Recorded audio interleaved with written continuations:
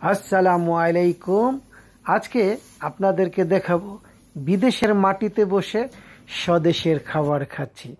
যারা আমাদের জন্য এই বিদেশে স্বদেশের খাবারের আয়োজনটা করেছেন তাদেরকে ভালোবাসা অবিরাম। ভালো থাকবেন, সুস্থ থাকবেন, আমি সবসময় এই দোয়াই করি। আমরা চলে এলাম আজকে মাহবুল্লার এক বাংলাদেশি বেলাল হোটেলে।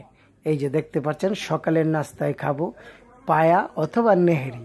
এই যে তামা তামা করে দিচ্ছি। আপনাদের কারো যদি খেতে ইচ্ছে হয় এখানে আসবেন। গরুর পায়া খুব সুস্বাদু, সকালের নাস্তার জন্য স্বাস্থ্যকর এবং খুব মনোরম পরিবেশে তারা খানাগুলি আপ্যায়ন করেছে। আমাদের খুব ভালো লেগেছে আমার কাছে।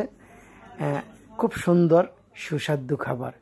পায়া তামা তামা করে দিচ্ছি আমি আর আমার বন্ধু বাবু ভাই। আমরা দুজনেই আছি। এই যে দেখতেই পাচ্ছেন, খুব মনোরম পরিবেশ। ওয়াও, সেই স্বাদ। বানাইবেন আর তামা তামা করে খাইবেন। ভালো কিছু খান, ভালো কিছু করেন।